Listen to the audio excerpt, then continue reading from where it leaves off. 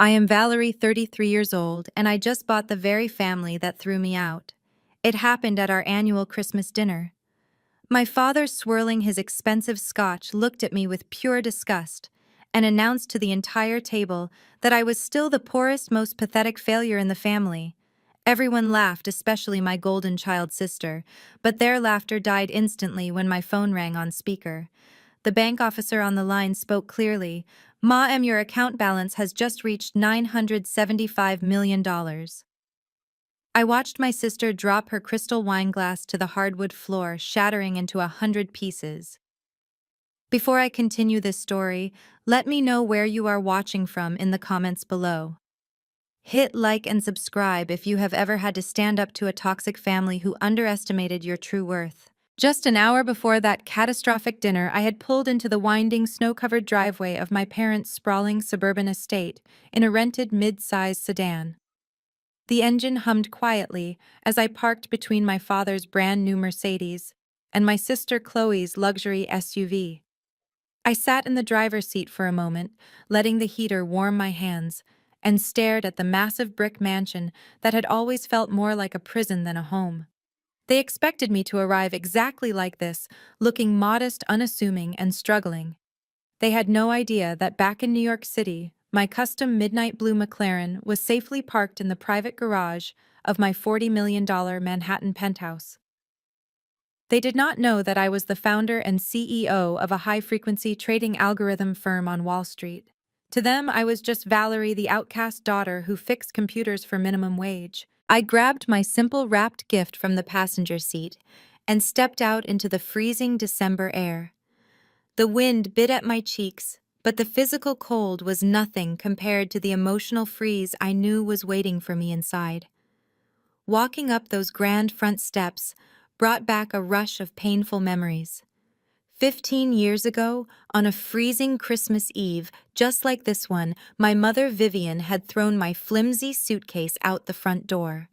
She had kicked me out at 18 simply because I refused to go on a blind date with a wealthy, arrogant man she wanted to secure a lucrative business deal with. I had spent that night shivering in a 24-hour diner, drinking black coffee and promising myself I would never be powerless or vulnerable again.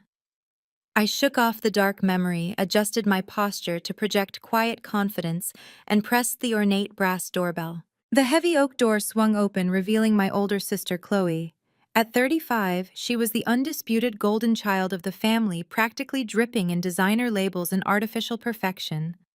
She looked me up and down, her perfectly manicured eyebrows raising in immediate harsh judgment. "Well, look who finally decided to grace us with her presence," she drawled, her eyes locking onto my plain wool coat. "I see your little computer repair gig is not paying well enough for you to buy a decent winter jacket. That looks like you dug it out of a local charity bin. Did you have to take the city bus to get here?" I smiled politely, my voice completely steady and calm. "I rented a car, Chloe. It gets me from point A to point B just fine, without unnecessary flash." I brushed past her into the grand foyer, expertly ignoring the sharp sting her words were meant to inflict upon me. The entryway was decked out in lavish silver and gold decorations, a perfect reflection of my parents' obsessive need to project wealth and status to the outside world. Chloe shut the heavy door loudly behind me and crossed her arms over her chest. "You know you are incredibly lucky Mom and Dad even let you come tonight. They were completely embarrassed to invite you, especially since Marcus and I are here.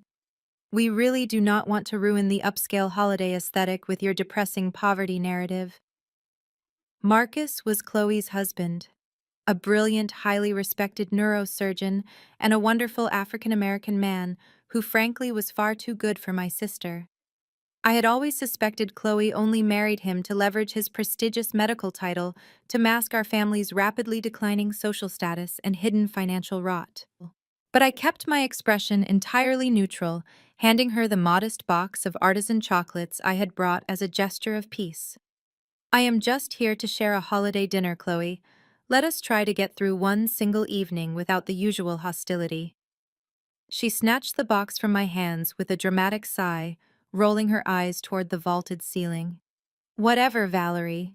Just try not to ask Dad for money this year.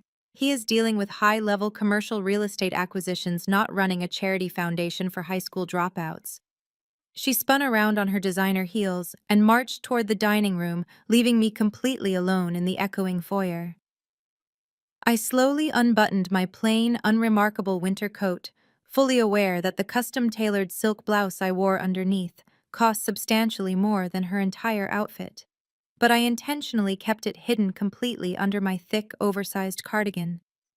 The time for major financial revelations would come soon enough. I took a deep, centering breath, filling my lungs with cold air, preparing myself to walk into the dining room, where the real battlefield awaited. I knew exactly what they were going to do. They were going to try to crush my spirit to make themselves feel massive by making me feel small. But they were playing simple checkers while I had been mastering complex chess in the cutthroat financial district of Manhattan for 15 long, grueling, and highly profitable years. I stepped out of the foyer and into the glaring light of the formal dining room. The long mahogany table was an absolute spectacle of excessive wealth. Towering crystal centerpieces, silver candelabras, and perfectly arranged imported orchids fought for space alongside gold-rimmed china. It looked less like a family holiday gathering and more like a staged photo shoot for a luxury lifestyle magazine. My mother Vivian was already seated at the far end of the table, holding a glass of vintage champagne. She wore an emerald green dress that screamed expensive, her neck draped in heavy diamonds. When her eyes landed on me, her practiced camera-ready smile instantly dissolved into a thin, disappointed line. "Well, you certainly took your time getting inside," Vivian remarked, her voice dripping with that signature passive-aggressive tone I knew so well. "I was beginning to think your little rented car broke down in the snow. You really should be more careful driving those cheap economy vehicles in this weather. It is just not safe, Valerie." I took a seat near the lower end of the table, offering her a calm nod. "The car runs perfectly fine, Mom. It is good to see you too." Before she could launch another insult, Marcus stood up from his chair across the table and offered me a warm, genuine smile. Marcus was a striking, intelligent man, carrying himself with a quiet dignity that starkly contrasted with the loud arrogance of my family. "Valerie, it is really great to see you again," he said, reaching over to give my hand a friendly squeeze. "You look wonderful. How have you been holding up this year?" I smiled back, genuinely appreciating his kindness. "I am doing very well, Marcus. Thank you for asking. I heard you recently published another research paper on neurosurgery. Congratulations on that massive achievement." Marcus beamed, clearly pleased that someone had taken a genuine interest in his actual work. "Thank you, I really appreciate that. It was a grueling process, but we made some significant breakthroughs in tumor removal techniques. I would love to tell you about the data analysis part of it sometime." Chloe scoffed loudly, dropping her linen napkin onto her lap. "Oh, please do not bore her with medical data, Marcus. Valerie barely understands how to fix a broken laptop screen. We do not want to overwhelm her brain with actual science." Vivian immediately chimed in, laughing as she took a delicate sip of her champagne. "Chloe is right, Marcus. You have to remember who you are talking to. Our sweet Valerie here is just trying to get by with her little freelance computer repair gig. It is not like she is saving lives or making any real money." She turned her gaze to me, her eyes narrowing with fake pity. "Honestly, Valerie, I still worry about you every single day. If you had just listened to me and married that nice investment banker I set you up with 15 years ago, you would not be struggling so much right now. Look at your sister. Chloe married a brilliant surgeon and she lives in absolute luxury. You really threw your whole life away for nothing." I kept my expression entirely placid, calmly reaching for my water glass. "I am completely content with my life, Mom. You do not need to worry about my finances." My words were immediately cut off by the booming voice of my father Richard as he marched into the dining room. He wore a custom-tailored suit and an expression of supreme arrogance. "Let us not talk about pennies when we have millions to celebrate," he announced, taking his place at the head of the table. He did not even bother to greet me. Instead, he immediately launched into his favorite subject himself. He snapped his fingers at the hired catering staff to pour his wine. This has been an absolutely phenomenal year for my commercial real estate firm, Richard boasted, puffing out his chest. We just closed a massive deal on a new shopping plaza downtown. The profit margins are astronomical. I am telling you, Marcus Real Estate is where the true power lies. You might make good money cutting open brains, but I am building an empire that will last for generations. I own half the city, and the banks are practically begging me to take their money. Marcus shifted uncomfortably in his chair. He was a smart man, and I could tell he often felt out of place amidst the relentless boasting of my family. That sounds like a major undertaking, Richard. But navigating commercial debt in this current economic climate must be incredibly stressful. The market has been shifting lately. Richard waved his hand dismissively, scoffing at the very idea of financial trouble. Debt is just a tool for the wealthy, Marcus. You use the bank's money to make your own millions. It is simple leverage. Of course, I would not expect someone outside the high-level business world to fully grasp the complexities of corporate finance. He finally turned his gaze toward me, a cruel smirk playing on his lips. And I certainly would not expect Valerie to understand it either. Tell me, Valerie, are you still charging by the hour to remove viruses from dusty old hard drives? You must have fixed a lot of keyboards to afford the gas money to drive out here today. Chloe snickered, leaning into the shoulder of Marcus. I bet she is still using the same checking account she had in high school. Vivian sighed dramatically, playing the role of the burdened, loving mother. We just want what is best for you, Valerie. It breaks my heart to see my own flesh and blood living paycheck to paycheck while we enjoy so much abundance. We have given you every opportunity to be part of our world, but you insist on being difficult. I simply smiled, knowing my silence would soon be rewarded. The glorious truth awaited. The uniformed catering staff moved silently around the room, placing plates of roasted pheasant and truffle mashed potatoes in front of us. The smell of rich, heavy food filled the air, but the atmosphere remained thick with unspoken hostility. I picked up my silver fork, cutting into the meat with deliberate, measured movements. I did not engage in the petty bickering. I did not defend my choices. I simply ate, letting them believe they had won the verbal sparring match. My silence seemed to irritate my father even more than a loud argument would have. He craved pushback from me. He wanted me to cry, to beg for his approval, to show him that his words still held power over my emotional state. When I offered him nothing but a calm, unbothered presence, he decided it was time to escalate his performance. Richard pushed his half-eaten plate away and picked up his crystal wine glass. He tapped his heavy silver spoon against the rim. The sharp, piercing sound cut through the low hum of classical music playing from the hidden speakers. Everyone at the table fell silent, instinctively turning their attention to the patriarch. This was his favorite part of the evening, the annual distribution of the holiday bonuses. It was a tradition he had started years ago, a twisted ritual designed entirely to exert financial control and showcase his absolute superiority over the rest of us.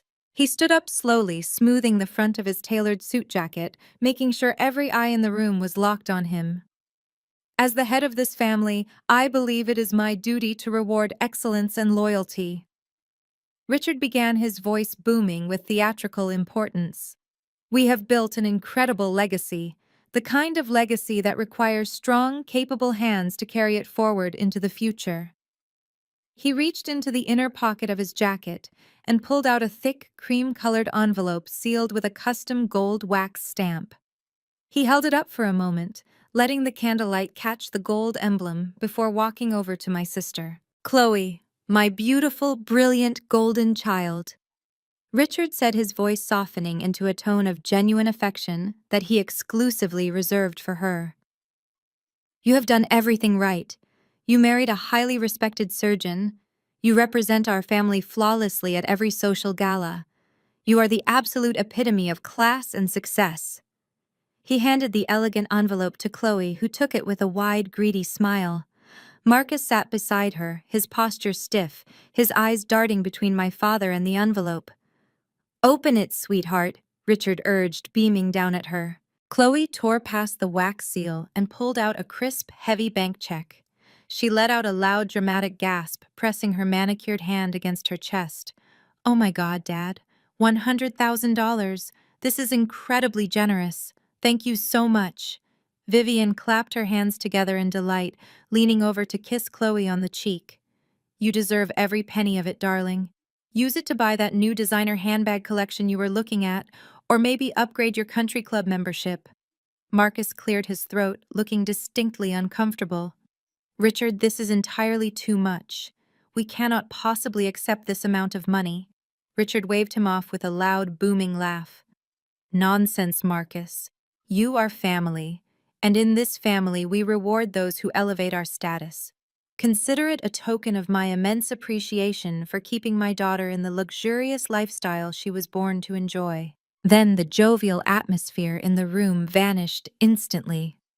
The warmth evaporated from Richard's face as he slowly turned his head to look down the long length of the dining table at me. His eyes narrowed, filled with a potent mixture of resentment and utter disgust. He reached into his pants pocket and pulled out a different envelope. It was not cream-colored, it was not sealed with gold wax. It was a cheap, flimsy, plain white paper envelope, the kind you would buy in bulk from a discount office supply store. It was slightly crumpled at the edges. He did not walk over to hand it to me. Instead, he flicked his wrist and tossed it carelessly down the center of the mahogany table. It slid past the expensive crystal centerpieces, knocking against a silver salt shaker before coming to a stop directly in front of my plate.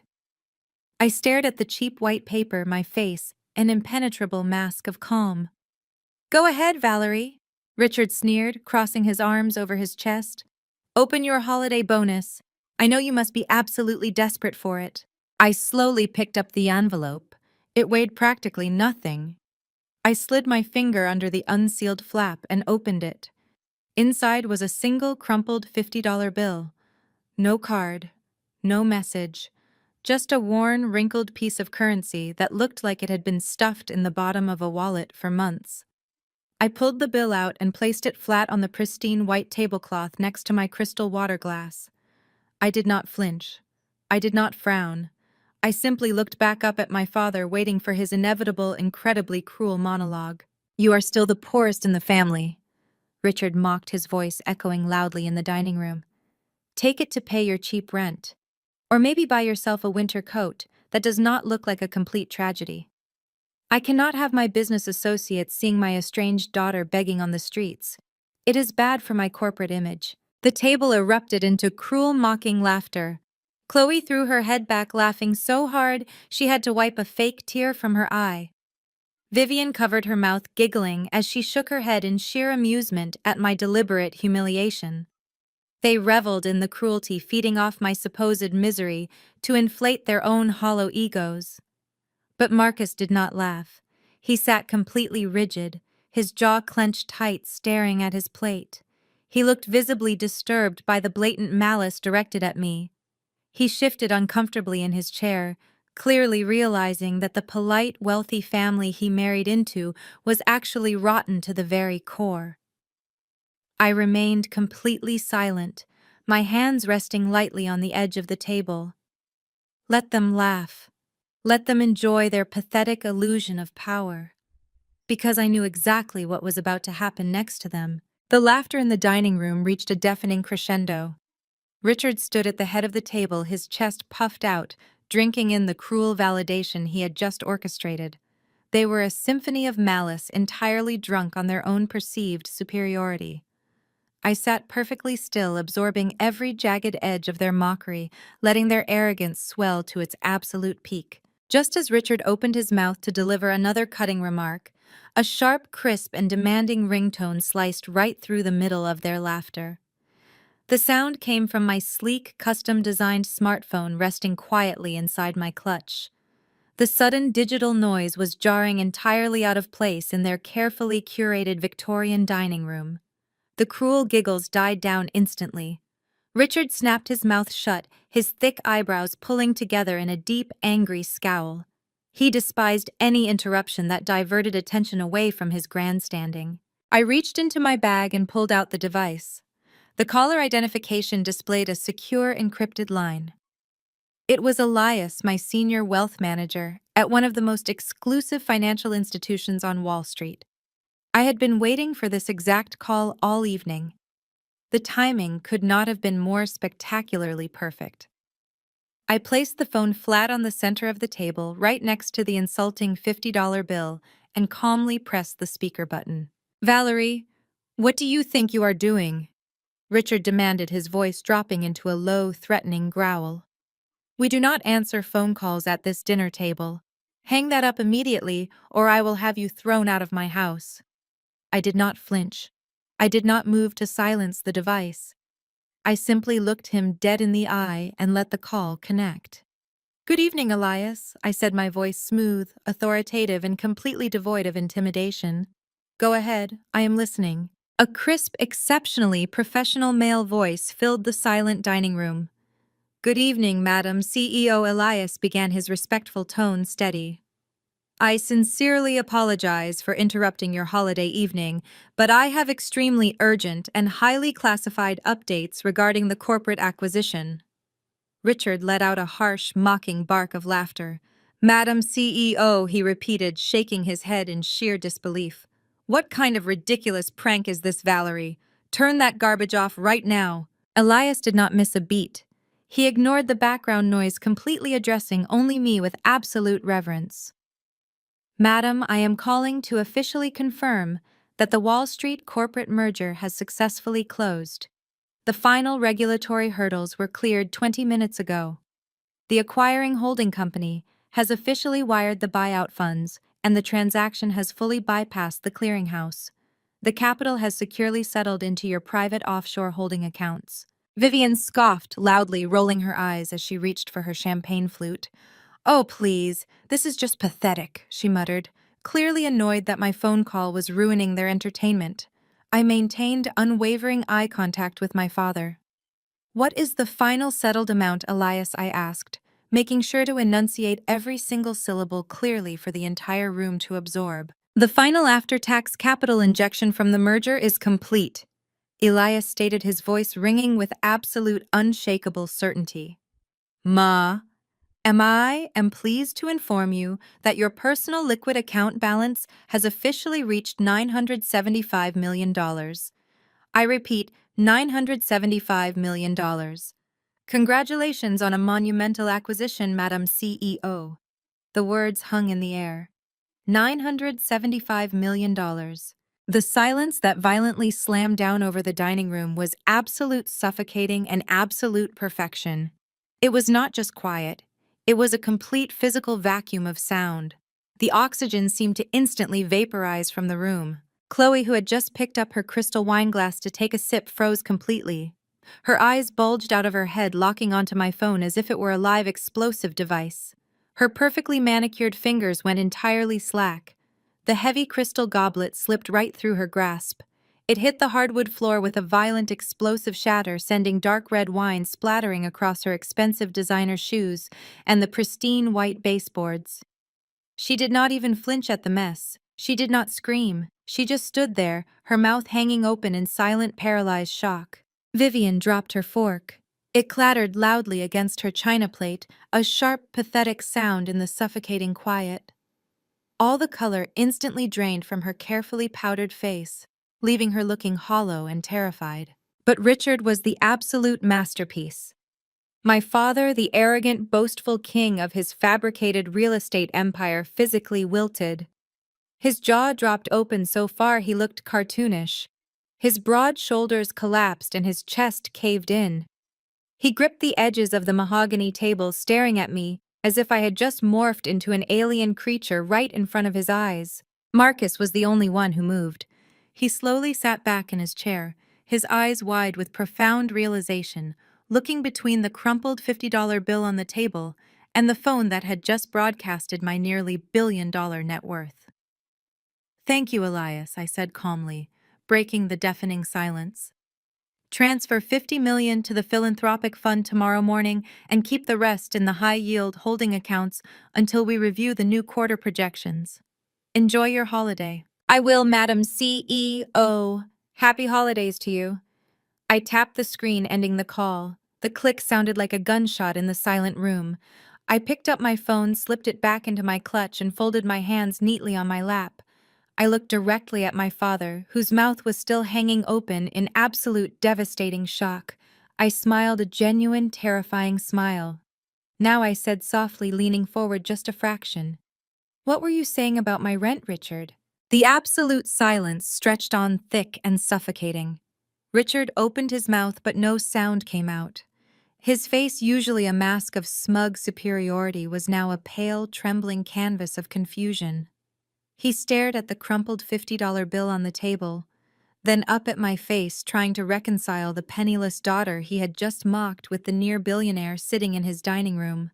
His vocal cords seemed completely paralyzed. The arrogant commercial real estate king had been reduced to a gaping fish. It took exactly 5 seconds for the reality to fully penetrate the room, and in those 5 seconds, the entire dynamic of my family flipped on its axis. Vivian was the first to break the paralysis. The transformation was so immediate and so jarring it was almost violent. The sneering, judgmental woman who had just laughed at my cheap coat vanished. In her place appeared a frantic, overly affectionate mother, completely blinded by the sheer magnitude of nearly $1 billion. She leaped up from her chair, her expensive emerald dress rustling loudly, and practically sprinted down the length of the dining table toward me. "Oh my God," Vivian gasped, her voice pitching up 2 octaves into a sickeningly sweet register. She threw her arms around my shoulders, attempting to pull me into a tight, smothering embrace. "My brilliant, beautiful girl, I always knew it. I always told your father you were doing something magnificent in New York. We are just so incredibly proud of you, Valerie. So very proud." I did not hug her back. I did not lean into her embrace. I sat perfectly still, my spine completely rigid, my face an unreadable mask of ice. I let her arms wrap around me, feeling the heavy cold diamonds of her necklace press against my shoulder, absolutely disgusted by the sheer speed of her hypocrisy. Just moments ago, she had fake pitied me for living paycheck to paycheck. Now she was acting as if she had personally funded my Wall Street empire. Vivian pulled back slightly, gripping my shoulders, her eyes wide and manic as they searched my face for any sign of validation. $1 billion, she whispered, the greed practically vibrating in her chest. My daughter is a billionaire. You have to tell us everything, darling. Everything. I gently but firmly reached up, grasped her wrists, and removed her hands from my shoulders. I placed her hands back at her sides, offering no warmth, no smile, and no forgiveness. "Please return to your seat, Vivian," I said quietly. My voice was steady and completely devoid of emotion. She blinked, clearly taken aback by my use of her first name, but the gravitational pull of the money was too strong for her to act insulted. She offered a nervous, jittery laugh and quickly scurried back to her chair, her eyes never leaving my face. Across the table, Chloe was undergoing her own agonizing metamorphosis. The shattered wine glass still lay in pieces at her feet, a dark red puddle soaking into the expensive rug. She did not seem to care. Her face had drained of its usual fake tan glow, replaced by a sickly pale shade of green. The visceral, consuming envy was practically radiating from her pores. She, the golden child, the one who had just been handed a $100,000 check like a grand prize, had just been mathematically obliterated. My net worth was now nearly 10,000 times greater than the holiday bonus she had gloated over. Chloe swallowed hard, her throat visibly bobbing as she tried to force her facial features into something resembling a supportive expression. It was a painful, grotesque display. Her lips twitched upward into a tight, trembling smile that looked more like a grimace of physical pain. "That is just amazing, Valerie." Chloe stammered, her voice thin and reedy. "Wow, 975 million. That is quite the promotion from fixing hard drives. I mean, we are all just so stunned and happy, so incredibly happy for you." The jealousy in her eyes was toxic. It was a feral, desperate look. The fundamental hierarchy of her entire existence had just been violently overthrown. She had spent her entire life defining her self-worth by how much better she was than me. Now she was nothing but a speck of dust in my financial shadow. I maintained my icy composure, looking directly into her panicked eyes. "Thank you, Chloe," I replied smoothly. "It took a lot of late nights and complex algorithmic coding, but I am sure your new designer handbags will be a very nice consolation prize." Marcus remained silent, his gaze shifting between my mother, my sister, and finally resting on me. He looked deeply unsettled by the grotesque display of opportunistic groveling playing out in front of him. He was witnessing firsthand the absolute moral bankruptcy of the family he had married into. They did not care about me. They only cared about the astronomical figure Elias had spoken over the speakerphone. I sat back in my chair, folding my hands neatly on my lap, and simply watched them. They were like desperate lab rats scrambling for a new piece of cheese. The hostility and mockery had vanished, entirely replaced by a pathetic, transparent desperation to curry favor. They were mentally calculating how this new, unimaginable wealth could benefit them personally. I could see the gears turning behind Vivian's wide, manic eyes and Chloe's strained, jealous smile. They thought the worst was over. They thought this was just a shocking revelation of success. They had absolutely no idea that the real destruction was only just beginning. Because while they were busy mentally spending my money, I was preparing to systematically dismantle every single illusion of power they had left. The stage was set, their true faces were exposed, and Richard was finally finding his voice again to make the biggest mistake of his entire arrogant life. Richard cleared his throat. The sound was loud and deliberate, a desperate attempt to seize control of a room that had rapidly slipped from his grasp. He straightened his spine, pulling his broad shoulders back as he tugged at the lapels of his custom suit. The color was slowly returning to his face, morphing from pale shock to a flushed, greedy red. He let out a deep, booming laugh that sounded entirely forced, clapping his large hands together like a proud executive closing a major acquisition. "Well now," Richard announced, his voice regaining its usual deafening volume. "This is certainly the most spectacular Christmas surprise this family has ever seen. Valerie, my brilliant daughter, you have clearly been holding out on us." He walked around the edge of the mahogany table, completely ignoring the shattered crystal and spilled wine near Chloe. He moved toward me with the swagger of a man who believed he was about to conquer a small nation. I did not move a single muscle. I watched him approach, analyzing his body language the same way I analyzed high-frequency market fluctuations. He was operating on pure, unadulterated arrogance. To think Richard continued standing just a few feet away from my chair, looking down at me with a patronizing, patriarchal smile. My own flesh and blood quietly building a massive fortune in New York. "You know, I always said you had the Preston drive. It just took you a little longer to figure out how to channel it properly. But look at you now. You have finally stepped up to the plate and brought a massive win to the family portfolio."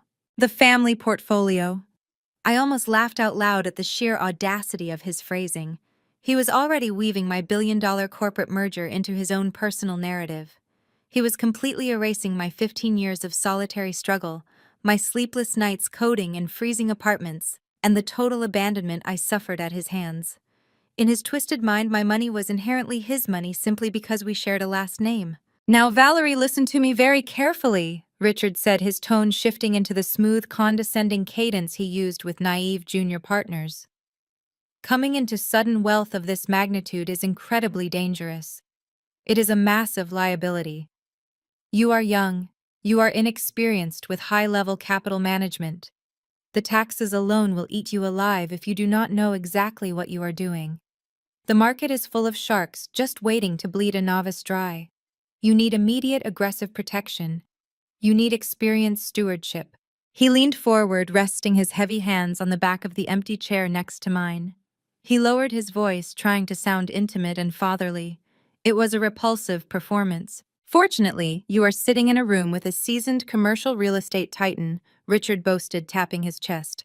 "We need to move quickly to shelter those liquid assets. You cannot just leave nearly $1 billion sitting in standard offshore holding accounts. It needs to be put to work immediately. It needs to be anchored in tangible, appreciating brick-and-mortar assets before inflation attacks it. That is how real generational wealth is secured." Vivian nodded vigorously from her seat. "Listen to your father, Valerie. He knows exactly how these things work. He has navigated the financial world for decades. You should be so grateful he is here to guide you through this overwhelming transition. I kept my expression entirely blank, letting him dig his grave deeper. And what exactly do you propose, Richard? I asked, keeping my voice mild and encouraging. His eyes lit up with predatory excitement. He thought I was actually asking for his help. He thought I was the same terrified 18-year-old girl he had thrown out into the snow. I have the perfect vehicle to shelter a significant portion of this capital, Richard stated, standing up straight again and pacing slightly. I am currently developing a massive commercial retail complex right in the heart of the downtown business district. It is a guaranteed gold mine. The zoning is approved, the architectural blueprints are finalized, and we are ready to break ground. But the current economic climate has made institutional lenders temporarily cautious. They lack vision. They are demanding an exorbitant amount of liquid capital upfront to release the construction loans. He stopped pacing and looked directly into my eyes, his greed practically radiating off his skin. I need an instant cash injection of $50 million. He said the number so casually, as if he were asking me to spot him for a cup of coffee. I will allow you to buy into the project as a silent minority partner, Richard continued, framing his extortion as a benevolent gift. You wire the $50 million to my holding company first thing tomorrow morning. I will handle all the complex logistics, the contractors, the city permits, the stressful day-to-day management, and local politics. You will not have to lift a single finger. I will take all the burden off your shoulders. In return, I will guarantee you a steady, modest return on your investment once the retail spaces are fully leased out. It is the smartest, safest move you could possibly make with your sudden windfall. He smiled widely, looking around the room as if expecting a round of applause for his sheer brilliance. Chloe was nodding along, clearly thrilled at the idea of my money flowing directly into the family business, where she could undoubtedly access it. Marcus, however, looked absolutely horrified. He was staring at my father with his jaw tight, clearly recognizing the blatant manipulative theft wrapped in corporate buzzwords. Let me make sure I understand this proposal perfectly, I said, my voice completely flat and precise. You want me to hand you $50 million in unmarked liquid cash tomorrow morning. In exchange, I get 0 voting rights, 0 management control, and a vague promise of a modest return on a commercial property project that institutional banks have already refused to fund because they deemed it too risky. And you are presenting this to me as a favor. Richard frowned, clearly irritated that I was summarizing his scam so bluntly. He hated being questioned. You are looking at the micro details instead of the macro vision, Valerie. You have to trust family. Banks do not understand our local market dynamics the way I do. I am offering you the chance to finally contribute something meaningful to the Preston Empire. You should jump at this opportunity to secure your place at this table. I looked at the crumpled $50 bill still sitting near my water glass. Then I looked up at the man who had just demanded $50 million from the daughter he had discarded like trash. The absolute delusion of his arrogance was almost poetic. He truly believed he was the smartest person in the entire room, standing tall and proud. He believed I was just a lucky lottery winner desperately needing his guidance. He had no idea that I already knew everything about his failing, pathetic real estate project. He had no idea that I knew about the massive, suffocating black market debts he was hiding from his own wife and his golden child. He thought he was playing me, but the trap was already sprung. I slowly unclasped my designer clutch, resting my fingers against the cool leather of my tablet case. It was time to show Richard exactly how much I understood about his precious commercial market dynamics. I withdrew a sleek silver iPad from my clutch. The metallic surface gleamed under the crystal chandeliers. I did not raise my voice. I did not stand up to match his aggressive posture. I simply tapped the screen to wake it up, entered my passcode, and opened a highly encrypted financial dossier that my intelligence team had compiled over the past 48 hours. With a casual flick of my wrist, I sent the tablet sliding straight down the center of the mahogany table. It glided smoothly right over the silver platter holding the untouched holiday turkey, knocking over a crystal gravy boat before coming to a dead stop directly in front of my father. Richard blinked, taken aback by my blatant disrespect for the pristine table setting. He looked down at the glowing screen. I watched his eyes track the bold red numbers highlighting the top document. It took him only a fraction of a second to recognize the highly confidential ledgers.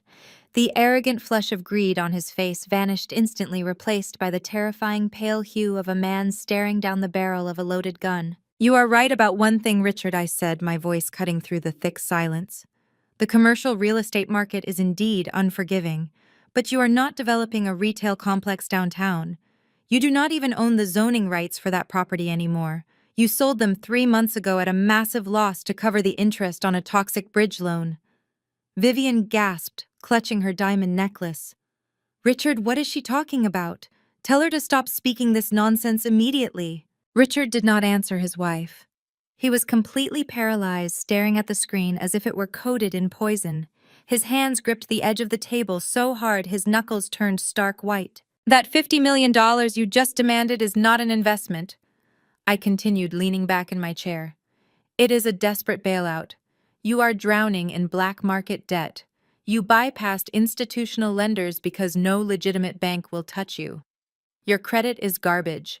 You owe over $40 million to a shadow syndicate operating out of the Cayman Islands, and they are threatening to liquidate your personal assets by the end of the fiscal year." When I was 20 years old, I called Vivian from a payphone in Brooklyn. I had not eaten in 2 days because I had to pay for my coding exams. I asked for $20 just to buy a hot meal. Vivian laughed, called me a disgrace, and hung up the phone. "And now you have the absolute audacity to demand $50 million to save yourself from federal prison." Vivian let out a choked, hysterical sob. She looked at Richard, her eyes pleading. "Richard, tell me she is lying. Tell me our money is safe." He could not speak. The evidence was irrefutable. But the sheer destruction of his real estate empire was only the first layer of my retaliation. The true rot of this family went much deeper, and it was time to expose the collateral damage they were willing to inflict to keep up their pathetic charades. I shifted my gaze away from my father and looked directly across the table at Marcus. The brilliant neurosurgeon was watching the exchange with a sickening realization dawning in his eyes. He was a man of science, and the facts presenting themselves in this dining room were painting a horrifying picture. "Marcus," I said gently, ensuring my tone conveyed absolute clarity, "you are a highly respected medical professional. Have you ever wondered why Richard was so incredibly eager to welcome you into this family? Have you ever wondered why Chloe, a woman who previously only dated vapid trust fund heirs, suddenly set her sights on a hardworking surgeon?" Chloe leaped out of her chair, it scraping violently against the floor. "Shut up, Valerie! Do not you dare speak to my husband!" I ignored her frantic screaming. "Open the second folder on the screen," Richard Bad commanded. "Show Marcus exactly how much you value his presence in this family." Richard did not move. He was shaking, a fine tremor vibrating through his large frame. Since he refused to comply, I tapped a button on my smartwatch, remotely triggering the iPad to switch documents. The screen refreshed, displaying a series of complex loan applications and corporate guarantor agreements. "Take a close look, Marcus," I offered. Richard could not secure those high-risk loans under his own name because his firm was already flagged for insolvency. So he used you. He leveraged your spotless financial background and your pristine social standing to secure fraudulent commercial loans. He forged your signature as a primary guarantor on over $20 million of toxic debt. If his shadow lenders decide to collect, they are not just taking his house, they are coming for your wages, your medical practice, and your entire livelihood. You are legally on the hook for a bankrupt empire you do not even own." The air was instantly sucked out of the room.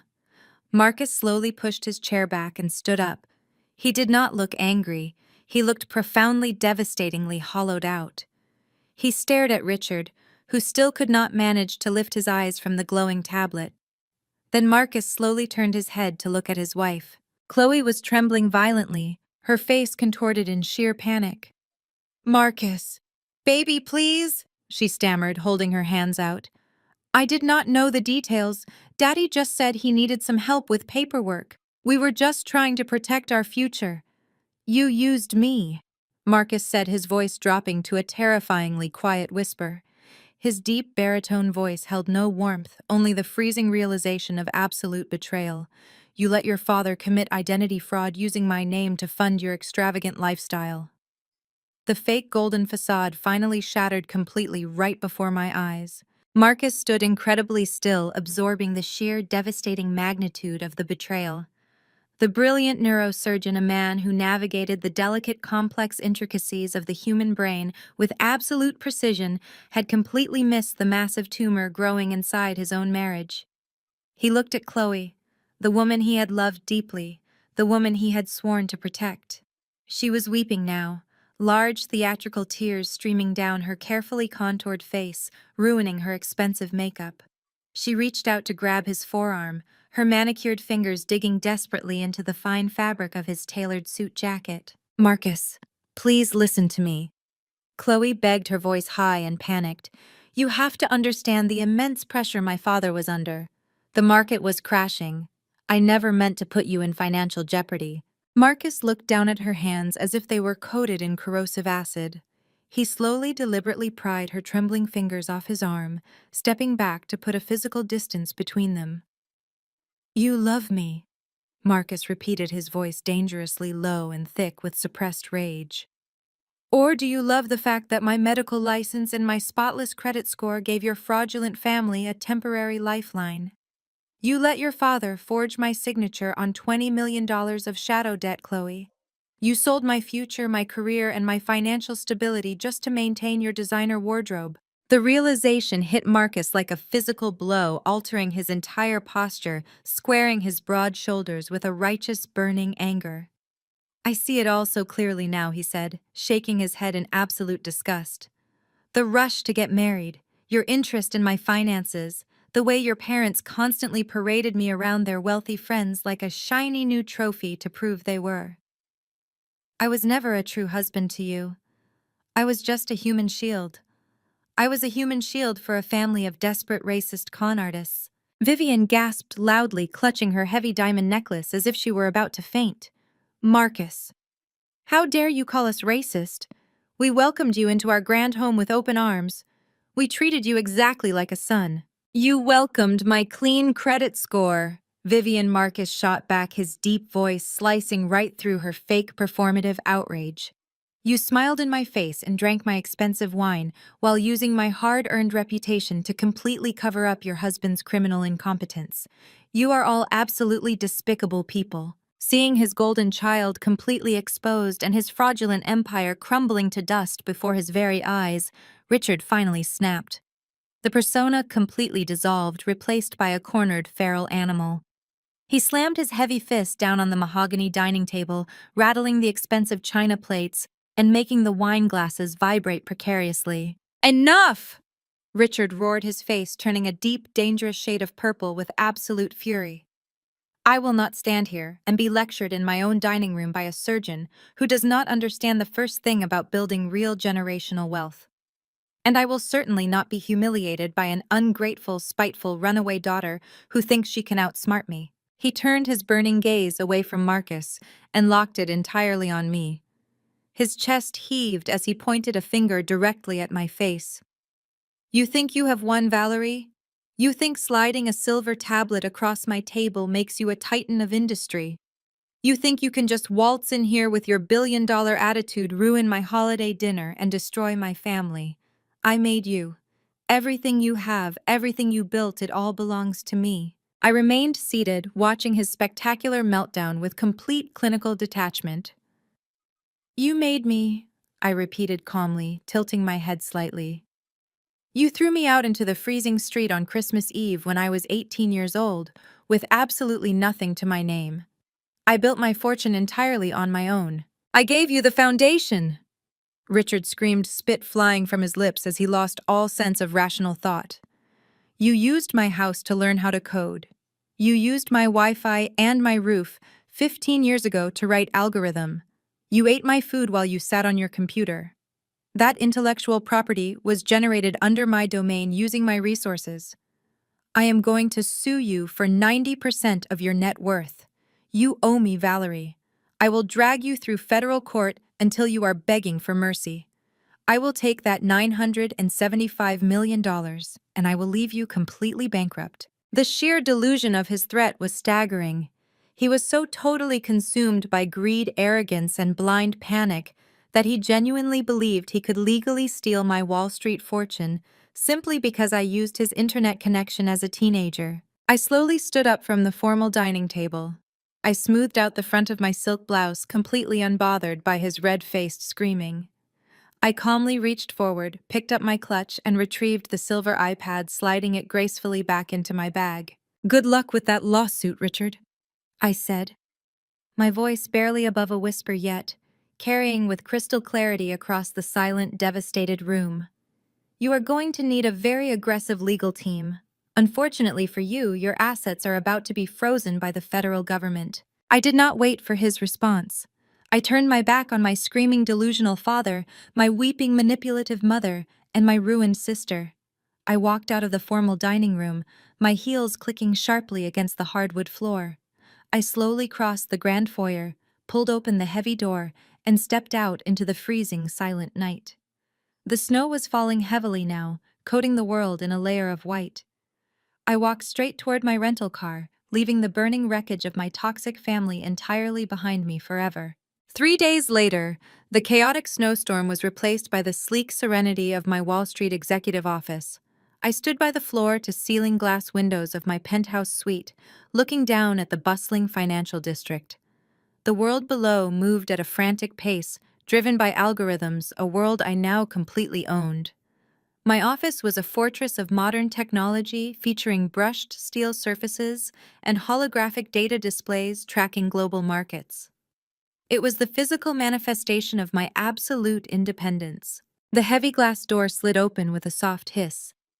Elias walked in carrying a thick manila folder. There was an edge of amusement playing at the corners of his mouth. "Madam CEO Elias," greeted, stepping up to my desk. "We just received a delivery from an aggressive process server. It seems your father has found a law firm desperate enough to take his case on contingency." I turned away from the window, my expression completely neutral.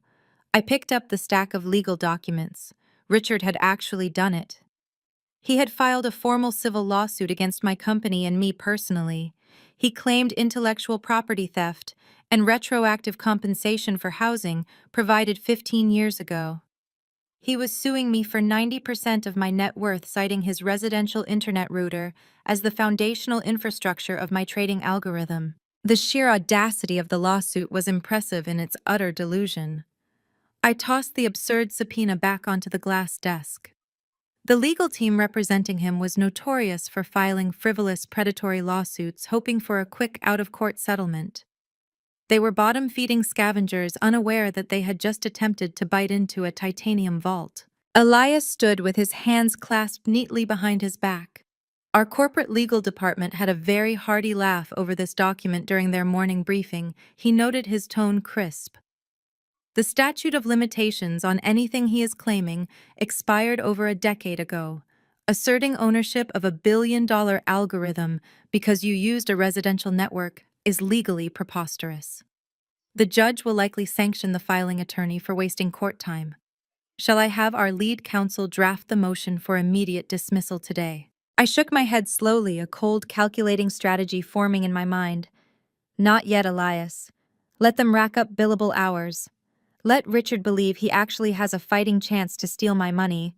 He is bleeding cash to keep his failing real estate empire afloat, and hiring this sleazy legal team is going to drain whatever pitiful reserves he has left. We will drop the hammer when it inflicts the maximum financial damage." Before Elias could reply, the private encrypted phone sitting on the corner of my desk began to ring. It was my mother. Vivian was calling from a number I had deliberately unblocked to gather actionable intelligence against them. I tapped the screen, activating the recording software built directly into the company servers, ensuring every syllable would be preserved with pristine digital clarity.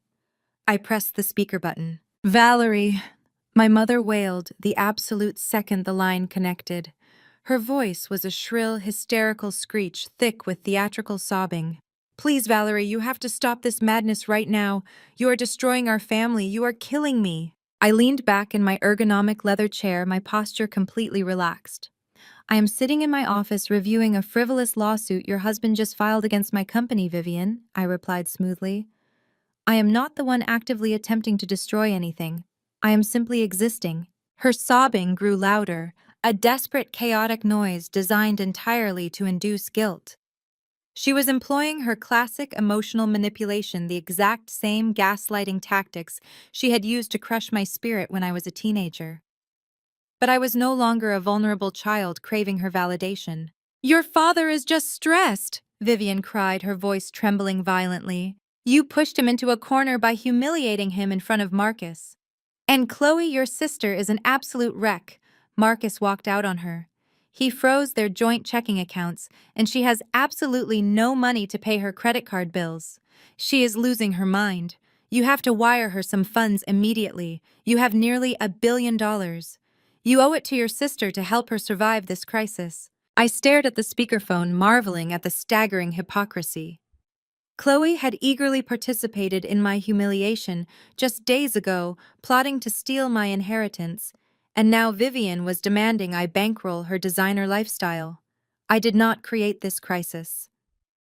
I stated, my voice dropping into a chilling calm. Chloe created her own crisis the moment she allowed her father to commit identity fraud against her husband. I am not responsible for funding her poor life choices. Valerie, if you do not transfer money to your sister today, I am going to end it all, Vivian shrieked, playing her ultimate desperate card. The suicide threat was her nuclear option. I swear to God I will swallow a whole bottle of pills right now. I cannot live with the shame and the financial ruin you have brought upon us. I will die, and my blood will be entirely on your hands. You will live with the guilt of killing your own mother for the rest of your miserable life. She paused, her dramatic sobbing, clearly waiting for me to panic, to beg her to stop, to offer her millions just to keep her safe. She expected capitulation. Instead, I let a heavy silence stretch across the line. I leaned forward, bringing my face close to the microphone. Vivian, I said, my voice completely devoid of empathy. If you are experiencing a mental health crisis, dial emergency services immediately. I am not a medical professional, and I do not negotiate with emotional terrorists. This call is being recorded and will be forwarded to the local police department for a wellness check. If you attempt to extort me again using threats of self-harm, my legal team will file for a permanent restraining order against you. Do not ever call this number again. I tapped the screen, severing the connection instantly. The office returned to its quiet serenity. I looked up at Elias, who was watching me with profound respect. Send the audio file to the authorities in her district, I instructed him, my voice completely steady. And proceed with the acquisition of Richard's outstanding debt portfolios. It is time to close the trap. Elias nodded once, acknowledging my final directive before turning toward the glass door. But before he could step out of my office, his secure earpiece chimed with an incoming security alert from the lobby desk. He paused, pressing a finger to his ear, listening intently to the encrypted channel. His expression shifted into a look of mild surprise, a rare occurrence for a man who managed billions of dollars in global assets. He turned back to face my desk, his posture perfectly rigid. Madam CEO, Elias announced, keeping his voice measured. Dr. Marcus Vance is currently standing in our main reception area on the ground floor. He is requesting an immediate audience with you. He stated he has critical information regarding the financial documents you referenced during the holiday dinner. He also mentioned he is willing to submit to a full security search. I considered this unexpected development. Marcus was the only innocent casualty in my meticulously planned retaliation against my toxic family. He was a brilliant, hardworking surgeon who had been entirely manipulated by a family of desperate con artists. Send him up, I instructed calmly. Bypass the standard security protocol, but ensure his arrival is not logged in the public visitor registry.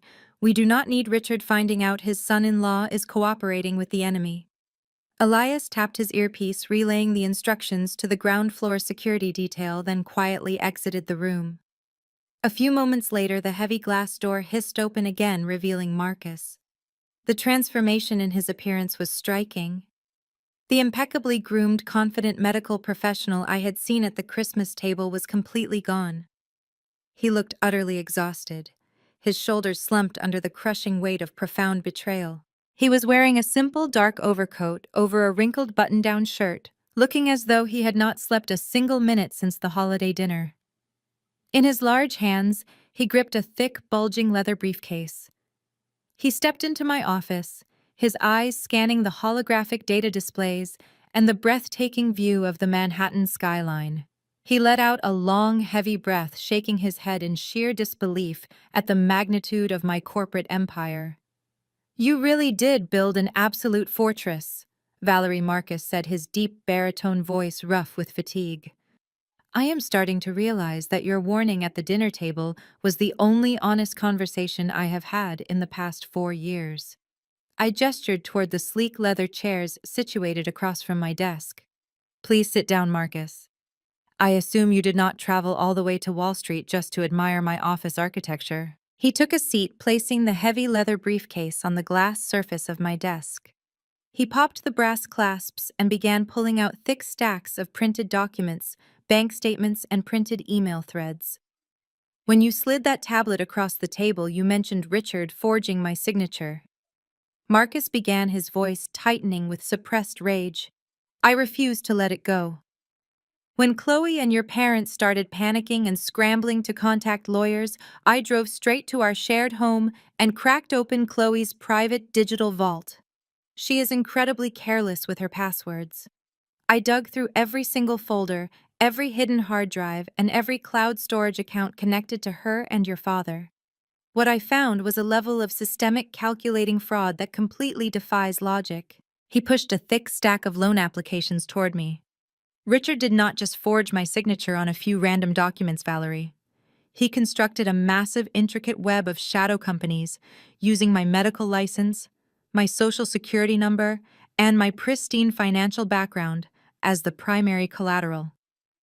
He funneled tens of millions of dollars of toxic high-interest debt into these shell corporations to keep his failing real estate properties afloat. He was bleeding me dry before I even realized I was cut. He legally bound me to syndicates that operate entirely outside the boundaries of institutional banking. If those shadow lenders call in the debt, they will strip my medical practice, seize my personal assets, and completely obliterate my career." I scanned the top sheet, recognizing the aggressive loan structures. "It is textbook corporate fraud." I agreed, keeping my tone objective. "But you did not come here just to show me documents my intelligence team already possesses. You found something else, did you not?" Marcus closed his eyes, a muscle feathering rapidly in his tight jaw. "The financial ruin is devastating," he admitted, his voice dropping to a harsh, painful whisper. "But the financial theft is not what broke me." He reached into the very bottom of his briefcase and pulled out a separate, thinner folder. He placed it gently on the glass desk, looking at it with absolute visceral disgust. "I dug into Chloe's private email server," Marcus explained. "I found years of correspondence between her, your mother, and your father. They documented their entire strategy for targeting me." He pushed the folder toward my hands. I opened it, scanning the highlighted paragraphs. The racism dripping from the pages was vile. Chloe had deliberately hunted Marcus down because he was a highly successful, wealthy black surgeon. In emails to Vivian, Chloe explicitly detailed how marrying a prominent African-American doctor would provide the ultimate progressive shield for their elitist white-collar crimes. Richard wrote that bank auditors would be terrified to heavily scrutinize loan applications attached to an esteemed minority medical professional for fear of racial discrimination lawsuits. They weaponized his race. They mocked his heritage in private group chats, laughing at his culture while parading him around their country club like a diversity trophy to mask their impending bankruptcy. They never loved him. He was nothing but a highly profitable prop designed to absorb their inevitable financial ruin. I slowly closed the file, meeting his devastated gaze. "Marcus, I'm entirely ready to help you burn their fraudulent empire to ashes." Marcus took a deep, steadying breath, the tension in his broad shoulders finally releasing as he realized he was no longer fighting this battle alone. I mobilized my corporate legal department immediately. Within an hour, my top attorneys had drafted the necessary injunctions to freeze his personal assets and legally isolate his medical license from Richard's toxic shell companies.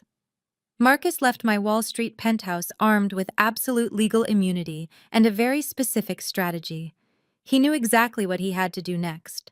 Before Marcus walked through the front doors of the lavish multi-million-dollar townhouse he shared with my sister, he followed my exact advice. He pulled out his smartphone, opened the voice memo application, and pressed record. He wanted irrefutable proof of the monster he had married. He found Chloe in the expansive marble kitchen. She was pacing frantically back and forth across the heated floors, clutching a glass of vodka. She was still wearing the same crumpled designer clothes from the day before, looking entirely unhinged. The moment she heard Marcus step into the room, she launched into a desperate, manufactured performance. She rushed toward him, her face twisting into a mask of exaggerated agony, forcing heavy tears to stream down her cheeks. "Marcus, thank God you are home," Chloe sobbed, reaching out to grab his coat. "My mother has been calling me nonstop. Valerie has completely lost her mind. She is trying to ruin our family. We need to hire a lawyer to protect ourselves from her.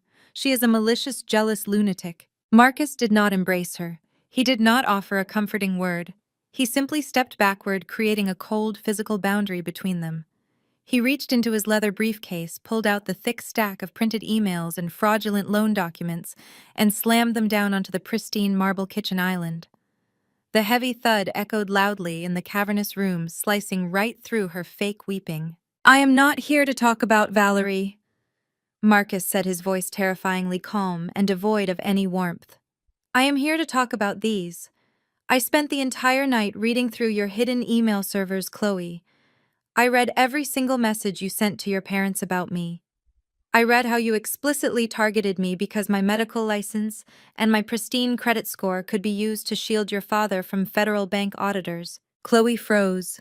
Her fake tears stopped instantly. She stared at the stack of papers, her eyes darting frantically as her mind raced to formulate a new lie. She tried to maintain the victim narrative, her voice trembling as she attempted to gaslight him one last time. "Marcus, you do not understand?"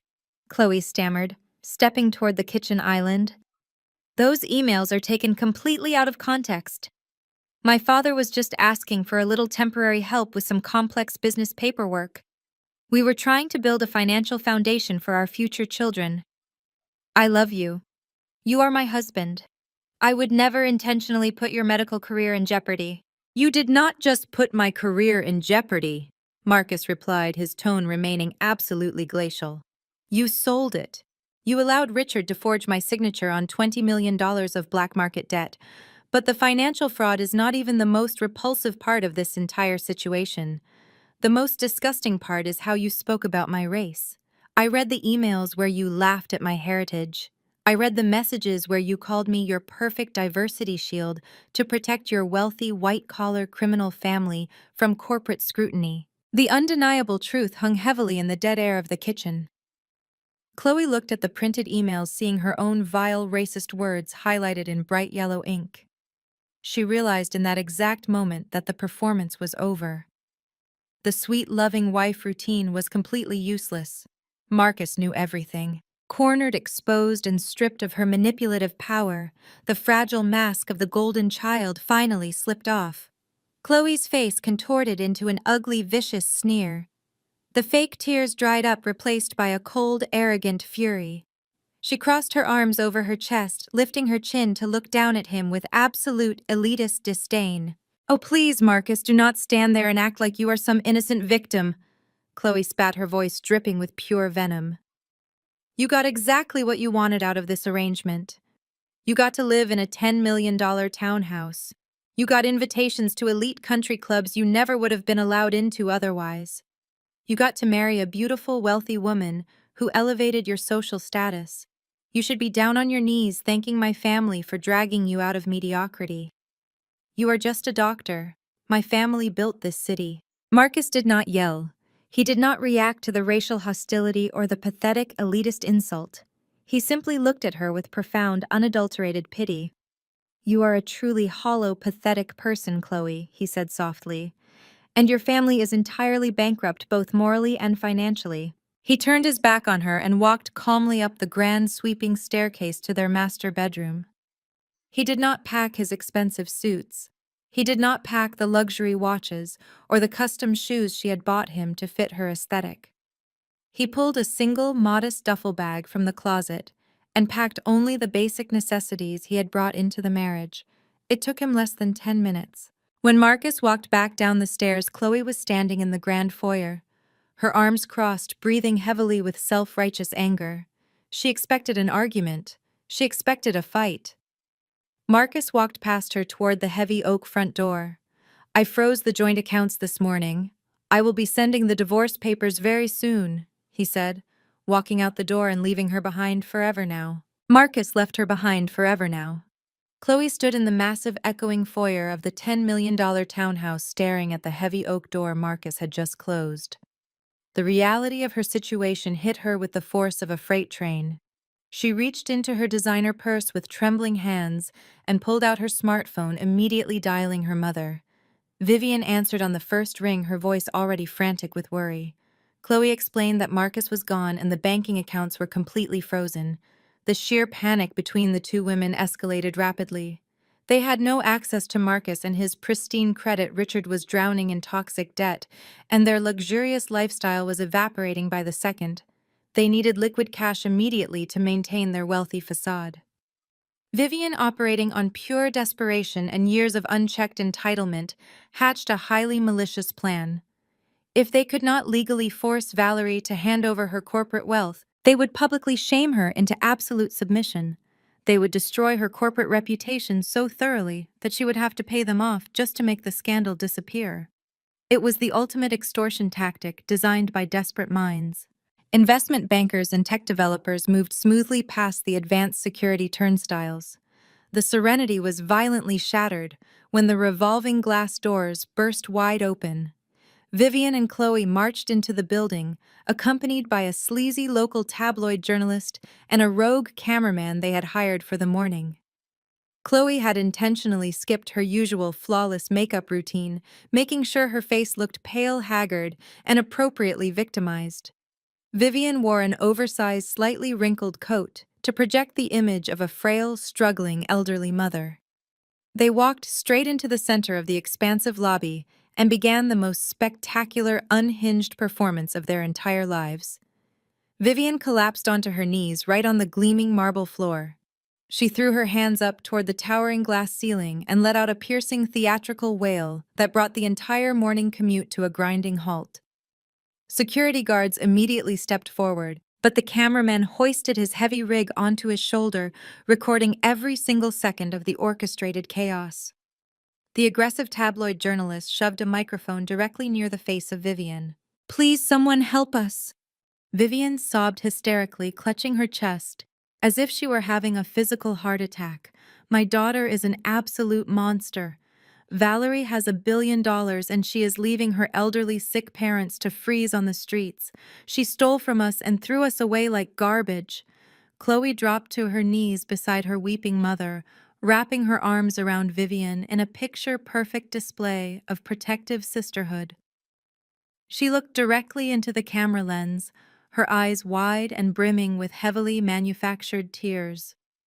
"My sister Valerie built her entire technology company by stealing my father and his highly valuable resources."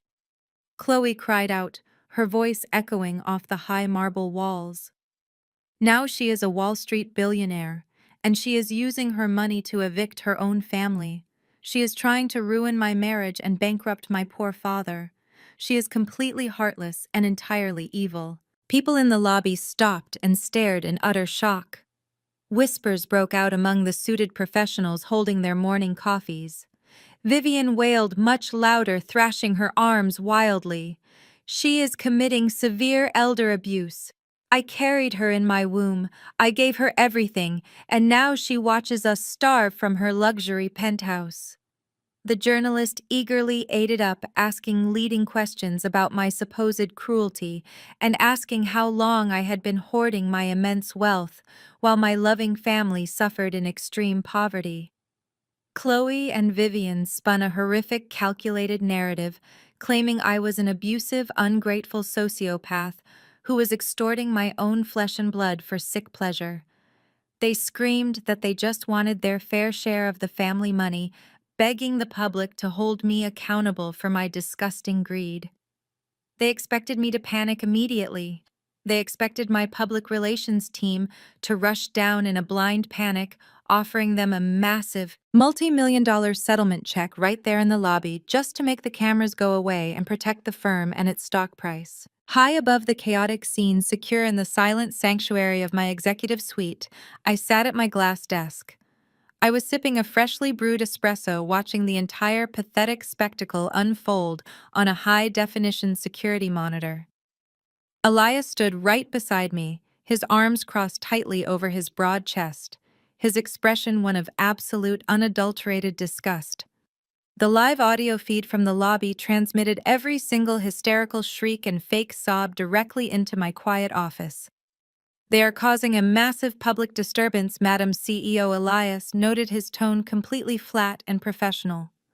"The building security protocol requires a direct order from executive management to physically remove individuals accompanied by active press personnel. Shall I authorize the security team to intervene and confiscate their recording equipment immediately to contain this PR nightmare?"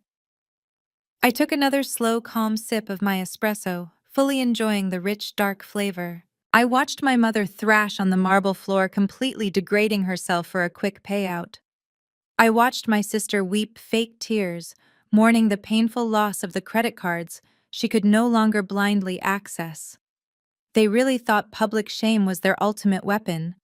They had absolutely no idea that I had completely anticipated this exact move. I gently placed my coffee cup down on the sleek glass desk and smiled. "Let them finish their grand performance first," Elias, I instructed, with calm precision, leaning comfortably back into my leather chair to watch the collapse of their dignity. "The trap is now set to completely crush them all today." I gave Elias a single subtle nod. He did not say a word. He simply buttoned his bespoke suit jacket, adjusted his cuffs, and strode out of my executive suite with the quiet, lethal grace of an apex predator. Left alone in my penthouse office, I leaned forward and maximized the primary security feed on my central monitor. The high-definition camera captured every pathetic detail of the unfolding spectacle below. Vivian was still dramatically draped across the imported Italian marble, sobbing into her hands, while Chloe stroked her hair, looking up at the tabloid camera with practiced, sorrowful eyes. The handful of employees who had paused to watch were already losing interest. I watched as the elevator doors on the ground floor slid open. Elias emerged. He was not alone. He was flanked by 6 members of my private corporate security team. These were former federal agents and military veterans, dressed in impeccably tailored dark suits, moving with absolute synchronized precision. They fanned out across the lobby, instantly changing the atmospheric pressure of the room. The physical presence of my security detail brought a hush over the murmuring crowd. Vivian paused her theatrical wailing, peering through her fingers to assess the approaching threat. Chloe scrambled to her feet, pulling her mother up, expecting me to be walking behind the wall of muscle. When she saw only Elias, her face twisted into bitter disappointment. She desperately wanted a screaming match for the cameras.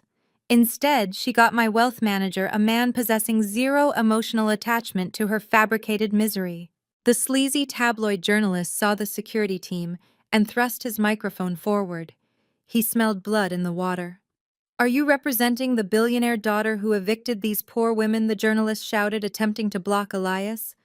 "Are you here to physically assault an elderly mother?" Elias did not break his stride. He stopped 3 feet from the journalist, towering over him with freezing calm. 2 security personnel stepped smoothly between the camera lens and my family. "Put the microphone down," Elias instructed, his voice echoing with undeniable authority. You are currently trespassing on private property. You do not have authorization to film within this building. The journalist scoffed, trying to hold his ground. We are conducting an investigation into elder abuse. You cannot silence the press. Elias extracted a sleek black folder. You have the right to vacate these premises within exactly 30 seconds. He stated, his tone perfectly level. If you refuse, we will detain you for criminal trespassing. Our corporate legal department has identified your publication. If you broadcast a single second of this unauthorized footage, my client will litigate your media outlet into immediate bankruptcy. We will seize your assets to cover damages for corporate defamation. The journalist hesitated, his bravado evaporating under the crushing weight of a billionaire legal threat. He looked at the massive security guards. The cameraman had already lowered his rig, clearly unwilling to face a federal lawsuit over a fake family dispute. Turn it off, the journalist muttered, backing away toward the revolving doors. Let us get out of here. Chloe lunged forward. Wait, where are you going? She shrieked, grabbing his sleeve. You promised you would expose her. You promised we would be on the front page today. The journalist shook her off with pure disgust and sprinted out of the building. With the cameras gone, the performance was officially over. Vivian stopped pretending to cry. She stood up straight, glaring at Elias with venomous hatred. Where is that ungrateful brat? Vivian demanded, her voice losing all its fake fragility. Tell Valerie to come down here and face her mother. She cannot hide behind her hired thugs forever. Elias did not react to her shrill demands. He opened the black folder and pulled out 2 thick documents. He handed one to Chloe and one to Vivian. You have just been served with official cease and desist orders, Elias explained. You are legally barred from approaching this building, contacting my client, and spreading defamatory falsehoods.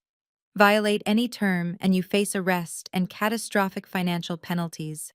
Now you will be escorted off the property.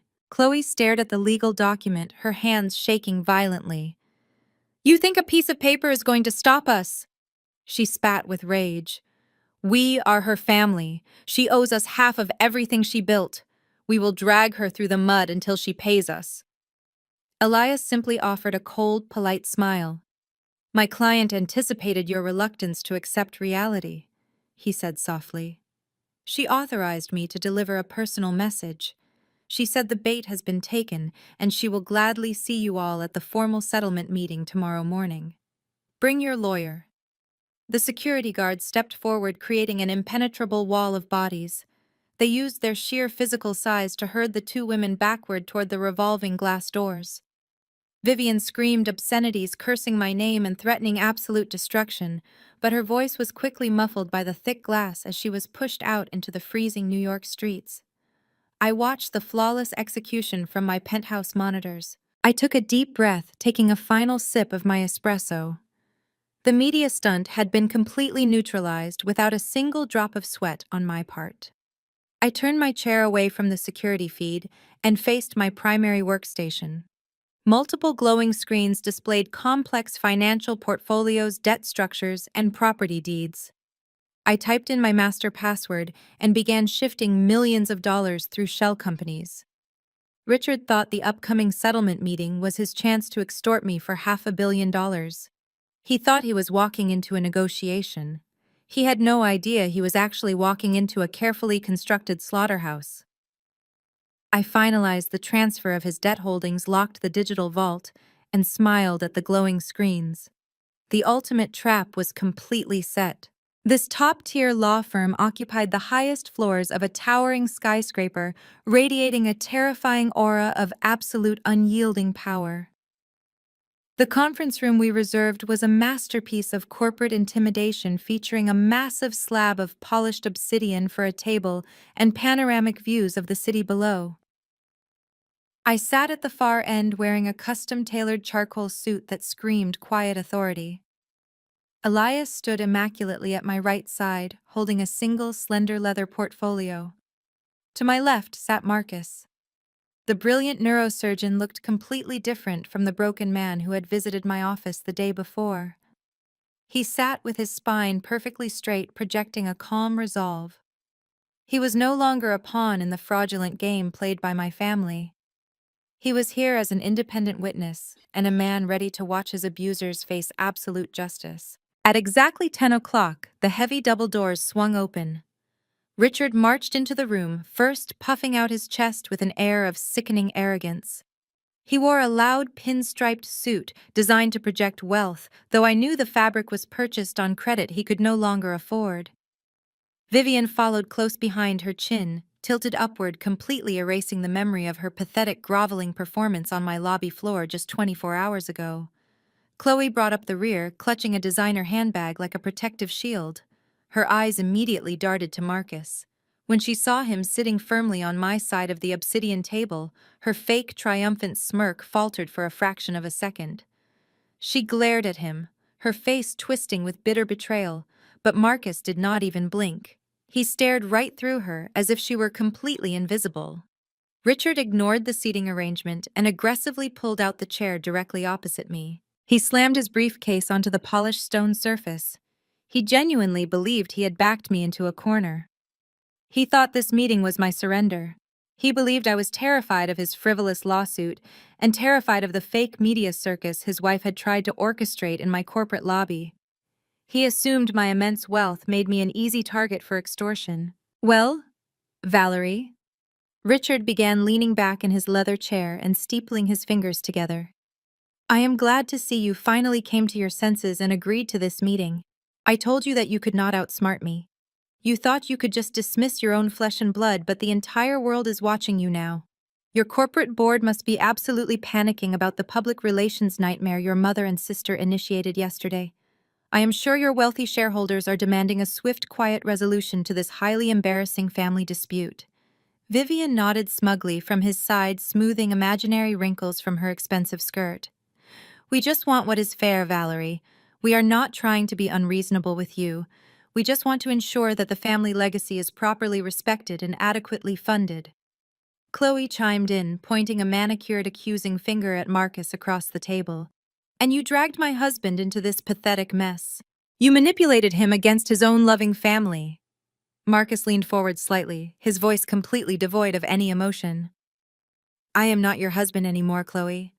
I am simply a witness to a financial transaction today. Keep my name out of your mouth entirely. Richard laughed, a harsh, grating sound that echoed off the thick glass walls of the conference room. Let us skip the domestic drama and get straight to the business at hand. He gestured to his sleazy attorney, who quickly unzipped a cheap briefcase and extracted a thick stack of legal documents. Richard grabbed the heavy contract and aggressively slid it across the smooth obsidian table. It stopped mere inches from my folded hands. I am offering you a very generous compromise, Richard stated, his voice dripping with intense condescension. I originally intended to sue you for 90% of your entire net worth, considering you stole my residential infrastructure to build your algorithm. However, considering the holidays just passed, I am willing to settle this quietly right now. You sign that document and you wire exactly $500 million into my primary holding account by noon today. In exchange, I will formally drop the intellectual property lawsuit forever. Vivian and Chloe will sign non-disclosure agreements, and the media campaign against your company will disappear instantly. You pay the $500 million without any further argument, and we walk away peacefully. It is the cost of doing business, Valerie. I did not touch the document. I sat perfectly still, my eyes locked on the exorbitant number printed on the front page. $500 million. Half of my entire liquid capital demanded by a man who was moments away from federal indictment. He sat there grinning, fully convinced he had executed the ultimate corporate shakedown.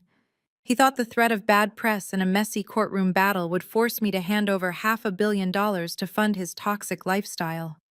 The sheer breathtaking audacity of his extortion attempt was almost admirable. He truly believed he held all the winning cards in this high-stakes negotiation. I slowly looked away from the ridiculous contract and shifted my gaze up to meet his triumphant, greedy eyes. I let the heavy silence stretch across the room, quietly watching his smug smile begin to falter just slightly under the crushing weight of my absolute calm. I took a slow, deep breath, feeling the absolute certainty of my impending victory as I finally prepared to shatter his entire world into a million tiny, irreparable pieces right here and right now. I slowly reached my hand across the cold, polished surface of the obsidian table and placed my fingertips deliberately on the thick stack of premium legal paper Richard had just demanded I sign. I did not pull the contract toward me to read the ridiculous clauses his sleazy attorney had drafted. I did not even glance down at the typed text. Instead, I maintained unbreakable eye contact with my father as I slid the document completely off the edge of the conference table. My other hand reached down to the heavy-duty industrial paper shredder positioned discreetly beside my leather chair, a standard fixture in these high-security corporate negotiation rooms. I fed the edge of his $500 million extortion attempt right into the metal teeth. The machine roared to life with a harsh, aggressive grinding noise that instantly shattered the tense silence of the room. We all watched as the thick pages were violently pulled downward and instantly chewed into thousands of meaningless tiny white ribbons. Richard jumped in his seat, his face flushing a dangerous shade of crimson. "What on earth do you think you are doing?" he bellowed, slamming his fist onto the table. "That is a legally binding settlement offer. You cannot just destroy official documents." Vivian gasped, placing her hand over her mouth in dramatic horror, while Chloe stared at the shredder as if it had just swallowed her entire future. I waited until the machine swallowed the very last page and fell completely silent before I answered. "That was not a settlement offer, Richard." I replied, my voice slicing through his outrage like a surgical scalpel. "That was a pathetic, desperate ransom note, written by a man who is currently suffocating under the weight of his own criminal incompetence. You do not dictate terms in this room. You do not make demands. You are entirely out of leverage, and it is time you finally understand your actual position on this chessboard." I gestured slightly with my left hand. Elias stepped forward with flawless precision. He unclasped his slender leather portfolio and extracted a single crisp legal document. It was only 3 pages long, bound with a stark black clip. He walked deliberately around the massive table and placed the document directly in front of Richard, ensuring the text faced him perfectly. "This is the only contract you will be reviewing today," I stated, leaning back into my chair and resting my elbows on the armrests. "I am not giving you $500 million. I am not giving you half of my company. I am going to offer you a highly calculated, heavily conditional bailout of exactly $5 million, not a single penny more." Chloe let out a sharp, mocking laugh that sounded bordering on hysterical. $5 million, she scoffed, her voice pitching upward in disbelief. "That is absolute pocket change to you. That barely covers the interest on Daddy's commercial loans. You are a billionaire, Valerie. You can afford to pay the full amount and save this family properly. Stop being so incredibly selfish." Marcus turned his head, slowly leveling a look of pure, unadulterated disgust at his soon-to-be ex-wife. "You still do not get it, Chloe," Marcus said, his deep voice radiating absolute authority. "She is not here to save your luxury lifestyle. She is here to keep your father out of a federal penitentiary." I nodded toward Marcus, acknowledging his perfect assessment. $5 million is precisely the exact amount required to pacify the Shadow Syndicate, currently threatening to break your legs and liquidate your holding company, I explained, looking directly into my father's panicked eyes. "It is the exact sum needed to keep those specific black market creditors from handing your fraudulent financial ledgers over to the Federal Bureau of Investigation tomorrow morning. I am offering to pay off your most dangerous criminal debt. In exchange, you will accept 3 non-negotiable conditions." Richard stared at the document, his breathing becoming shallow and erratic. His attorney leaned over, frantically reading the visible clauses on the first page, his face growing paler by the second. "What are the conditions?" Vivian whispered, her voice trembling with genuine fear, as the reality of their situation finally began to crush her artificial confidence. First, I commanded my tone, leaving absolutely no room for debate. "You and Richard will sign a comprehensive, legally binding confession admitting to massive corporate fraud, embezzlement, and the deliberate forgery of medical and financial documents. You will explicitly detail how you weaponized the medical license of Marcus Vance without his knowledge or consent. This confession will be immediately filed with the State Medical Board and the Federal Banking Commission, completely clearing Marcus of any wrongdoing and fully restoring his pristine professional reputation. You will take the absolute fall for the crimes you committed. Richard choked on a breath, his hands shaking violently as he hovered over the contract. You want me to sign a confession that could ruin my business career forever? He sputtered. I continued without acknowledging his pathetic interruption. Second, you will drop this ridiculous intellectual property lawsuit against my company today with extreme prejudice, meaning you can never refile it in any jurisdiction. You will issue a public retraction to the media admitting that your lobby stunt was a fabricated lie designed to extort me. And the third condition, I added, lowering my voice to a freezing absolute whisper. You, Vivian, and Chloe will sign a permanent ironclad lifetime no-contact order. You will never call my phone. You will never approach my office. You will never speak my name in public or private again. If you violate this order, the $5 million payment will be immediately revoked, and my legal team will personally hand your signed confessions directly to the federal prosecutor. You will take this money, you will clear Marcus, and you will vanish from my life forever. The choice is yours. I watched terror wash over his arrogant face, knowing he was completely trapped in a flawless cage built by his own greed. I watched terror wash over his arrogant face, knowing he was completely trapped in a flawless cage built by his own greed. But the terror only lasted for a fleeting moment before the deeply ingrained blinding hubris of Richard Preston violently took over. The paralyzing fear in his eyes was abruptly replaced by a sudden jarring burst of manic amusement. He let out a harsh barking laugh that echoed loudly against the thick glass walls of the high-security conference room. It was not the nervous chuckle of a defeated man. It was the loud, booming laughter of an absolute narcissist who genuinely believed the rules of reality did not apply to him. He leaned back heavily into his leather chair, shaking his head as if I had just told him a highly amusing joke. He looked at his sleazy attorney, who was still sweating profusely, and then looked back at me with a sickening smirk plastered across his flushed face. You really think you can corner me with this pathetic little ultimatum? Valerie Richards scoffed, gesturing dismissively at the crisp legal document sitting on the polished obsidian table. You actually believe that tossing $5 million at my feet gives you the right to dictate my entire future and demand my public confession? You are completely delusional. Vivian, who had been holding her breath in sheer panic, seemed to draw immediate strength from her husband's sudden surge of bravado. She straightened her posture, her eyes darting between Richard and the presented contract, desperately clinging to the false hope that he still possessed some hidden leverage. My real estate holding company is a foundational pillar of this city. Richard boasted, his chest puffing out with that familiar, sickening arrogance. I own prime commercial blocks. I employ hundreds of contractors. The local economy relies heavily on my developments. My firm is entirely too big to fail. The banks know it, the city council knows it, and those offshore lenders know it too. They are not going to liquidate my assets or hand anything over to the federal authorities. They need me operational to keep the cash flowing. You are trying to scare me with imaginary monsters, but I am the biggest predator in this entire concrete jungle. I sat perfectly still, observing his spectacular meltdown of logic.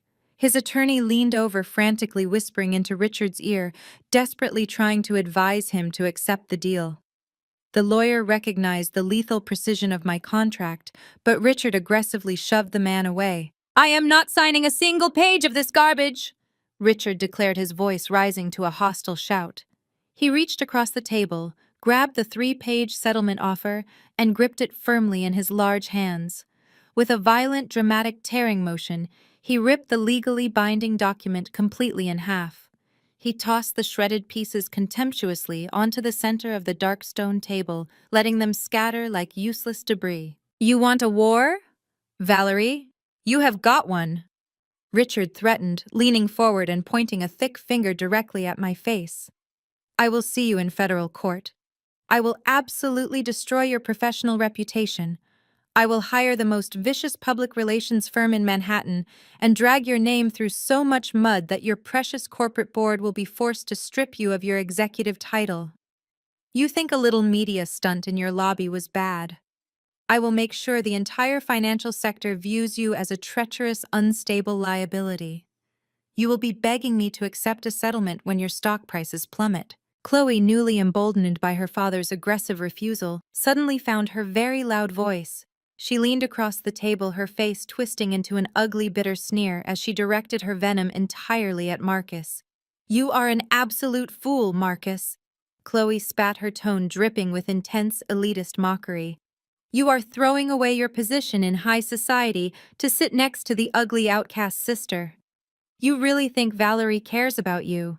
She is just using you to get back at us because she has always been violently jealous of me." Marcus did not flinch. He sat perfectly rigid, his dark eyes locked onto his soon-to-be ex-wife with a look of profound, chilling emptiness. "Look at her," Chloe continued, her voice growing shriller as she pointed at me with clear disgust. "Even with $1 billion, she is still just the plain pathetic girl who fixed computers in the basement. She has no class, no social grace, and no real power. When my father destroys her company in court, you are going to be left with absolutely nothing, Marcus. You are burning your bridge to the upper echelon just to play the noble victim. You are going to be nothing but a disgraced doctor working in some mediocre public clinic." Marcus slowly adjusted his cuffs, completely unbothered by her racist, classist tirade. "My medical career was built on saving lives, Chloe," Marcus replied, his deep voice resonating with unshakable calm. "Your entire existence was built on maxed-out credit cards and fraudulent loans. I am perfectly comfortable with my choices today." Chloe let out a furious, indignant scoff, tossing her perfectly styled hair over her shoulder. She turned right back to her father, linking her arm through his as a show of unified defiance. "We do not need her dirty money, Daddy. We will win the lawsuit and take everything she has legally." I watched the entire pathetic display unfold with absolute serenity. I did not interrupt Richard's delusional grandstanding. I did not defend myself against Chloe's childish, desperate insults. I simply sat in my chair, absorbing their profound stupidity. They had just rejected a flawless, guaranteed lifeline. They had looked a generous $5 million salvation directly in the eye and aggressively ripped it to shreds because their fragile, inflated egos simply could not tolerate the humiliation of surrendering to the daughter they had discarded. I let the silence hang in the air for a long moment, allowing Richard to bask in his fleeting imaginary victory. The shredded pieces of my generous settlement offer lay scattered across the polished obsidian stone like dirty confetti. He actually believed he had won. He genuinely thought tearing up a piece of paper would magically erase the reality of his impending financial doom. I did not blink. I simply shifted my gaze from the shredded contract to Elias standing at my right side. I gave him a single, imperceptible nod. The endgame was officially initiated. Elias stepped forward with the smooth, lethal grace of an executioner. He did not raise his voice or match my father's frantic, screaming energy. He simply reached into his slim leather portfolio and extracted a crisp, matte black folder. It was devoid of any corporate logos or flashy branding. It looked entirely ominous. He walked methodically around the massive conference table and placed the black folder directly on top of the shredded settlement papers Richard had just destroyed. Richard glared down at the black folder, his chest still heaving from his aggressive outburst. "What is this?" he demanded, refusing to touch the sleek cover. "Another pathetic settlement offer. Another list of demands from my ungrateful daughter." Elias remained standing, his posture impeccably straight, looking down at my father with eyes as cold as absolute zero. "Madam CEO does not offer second chances," Elias stated, his voice resonating with terrifying corporate authority. "You were just presented with a $5 million lifeline to prevent your immediate incarceration. You chose to destroy it. Therefore, we are no longer negotiating the terms of your surrender. We are simply informing you of your new reality." Richard scoffed, crossing his arms defensively. My reality is that I am going to sue you both into bankruptcy. Elias ignored the empty threat completely. When Madam CEO completed her corporate merger this week, she did not merely integrate her high-frequency trading algorithms into the Wall Street ecosystem, Elias explained with surgical precision. She executed a highly classified secondary acquisition. She leveraged a portion of her immense capital to purchase a controlling interest in a distressed debt acquisition firm based in the Cayman Islands. Vivian let out a small, confused gasp. Cayman Islands? What does that mean? Richard froze. The color instantly drained from his face, leaving his skin an ashen, sickly gray. His hands, previously balled into aggressive fists, slowly uncurled and began to tremble against the table. He knew exactly what the Cayman Islands meant. He knew exactly where his toxic black market loans had originated. "Your husband understands perfectly," I said, leaning forward and lacing my fingers together. "You see, Richard, when you bypass institutional lenders because your credit is absolutely worthless, you are forced to borrow from shadow syndicates. Those syndicates operate through private equity firms to launder and manage their high-risk debt portfolios. It just so happens that the specific private equity firm holding every single one of your fraudulent commercial loans was actively looking for a massive capital injection. I bought them out entirely." Chloe looked wildly between her father and me, her brain struggling to process the complex financial maneuver. "Daddy, what is she talking about? What does that mean for us?" Richard could not answer her. He was staring at the black folder as if it were a venomous snake preparing to strike. "It means," Marcus intervened, his deep voice carrying a note of profound poetic justice, "that your father no longer owes money to anonymous offshore criminals, Chloe. He owes every single penny of his $20 million fraudulent debt directly to your sister." I watched Richard swallow hard, a cold sweat breaking out across his forehead. His arrogant facade had been completely annihilated in less than 60 seconds. He reached out with shaking fingers and opened the black cover of the folder. Inside were the heavily authenticated, legally binding deeds to his entire commercial real estate empire.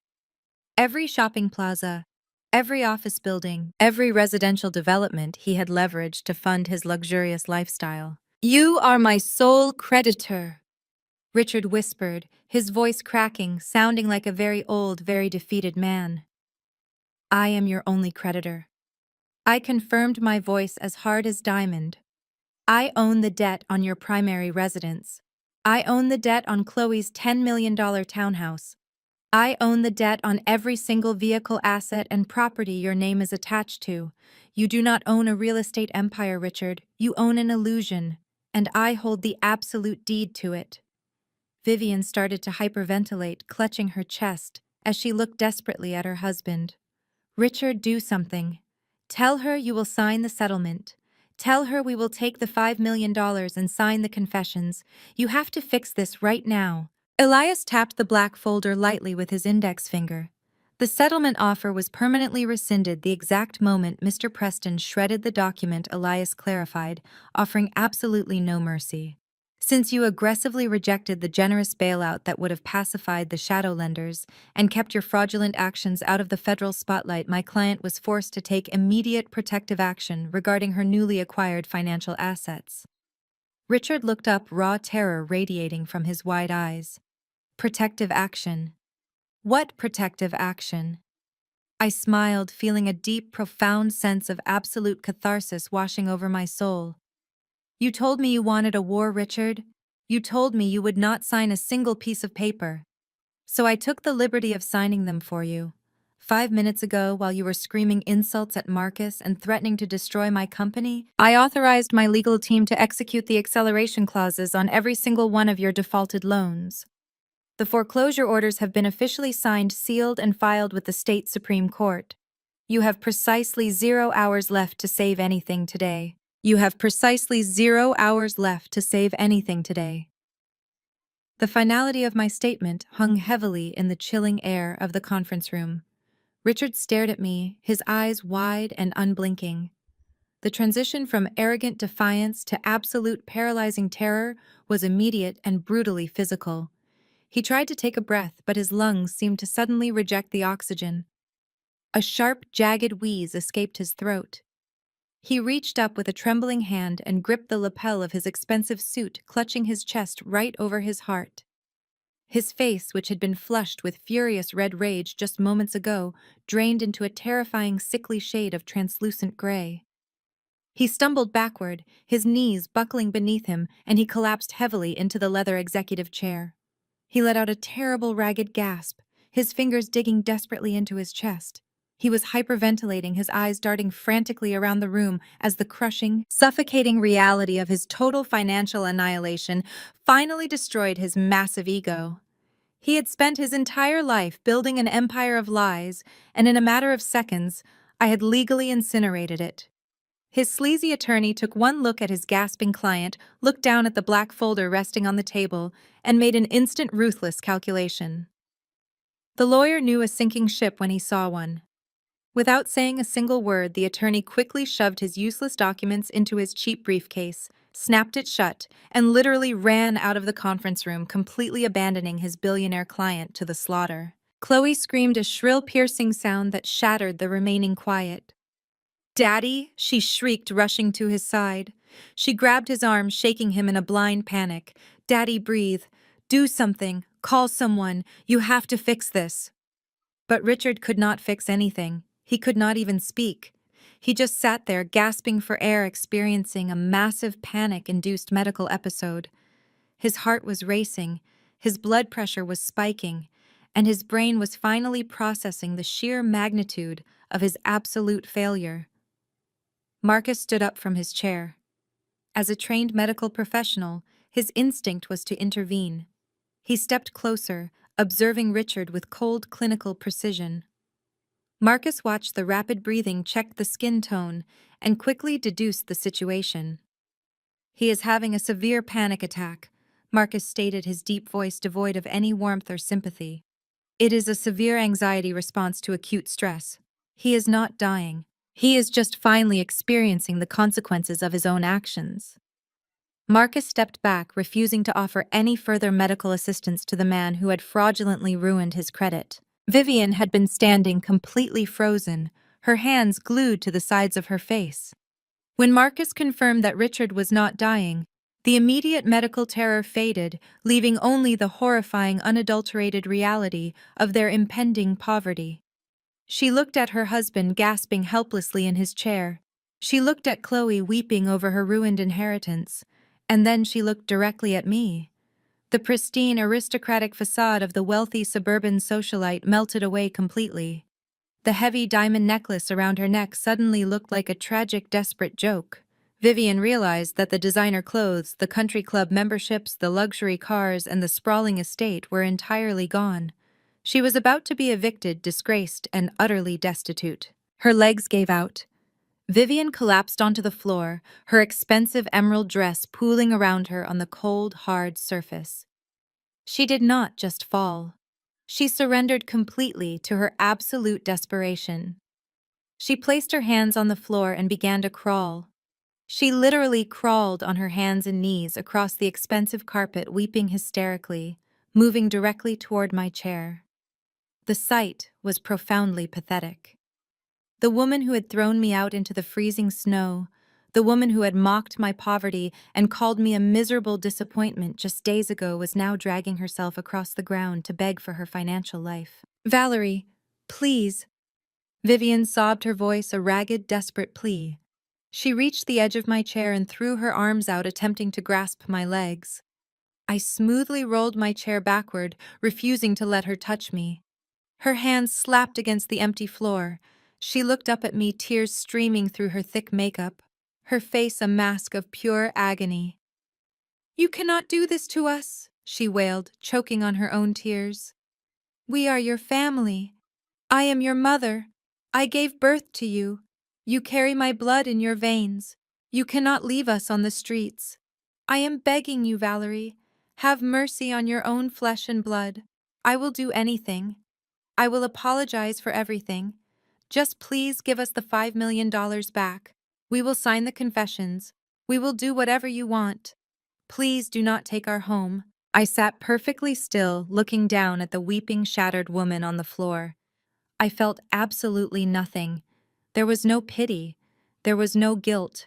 There was no lingering attachment. My heart was a fortress of solid ice.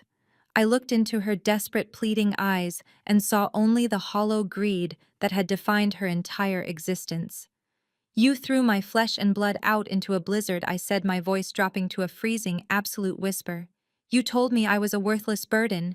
You lied to your friends about my existence, and you tried to steal my inheritance to fund your shallow, pathetic vanity. You do not get to invoke family blood now that your credit cards are declining. You made your choice 15 years ago, Vivian. You chose a fraud over your daughter, and now you get to live in the exact reality you created." My gaze remained locked on her, completely devoid of mercy, as the final crushing weight of my absolute rejection broke her spirit forever. My gaze locked on her as my rejection broke her spirit. Vivian collapsed onto the floor, weeping. Seeing her mother defeated, Chloe realized her parents were powerless to protect her. The Empire trust funds and credit cards were gone. Panic, raw and unfiltered, seized my sister.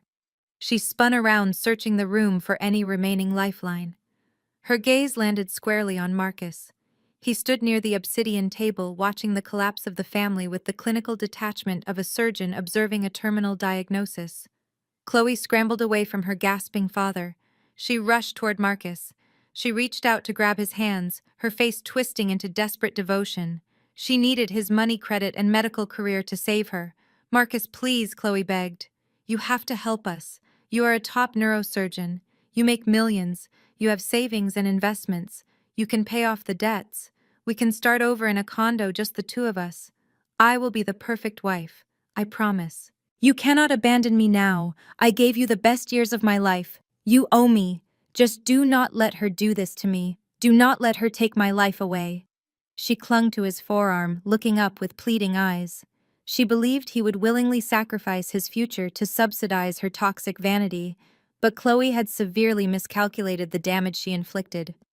He would not tolerate being used as a disposable pawn in a racist scheme. Marcus looked down at her. He did not pull his arm away immediately. He simply stared at her hands, his expression devoid of any anger, sadness, or lingering affection.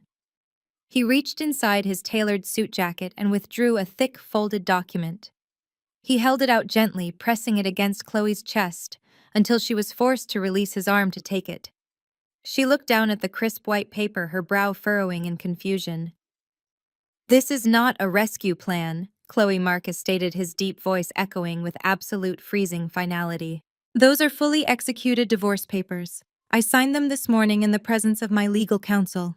I have already legally severed my financial ties to you and your fraudulent family. My bank accounts are locked. My assets are protected under a newly established trust, and the townhouse lease was terminated effectively at midnight last night. You have absolutely zero access to my money, my credit, or my life."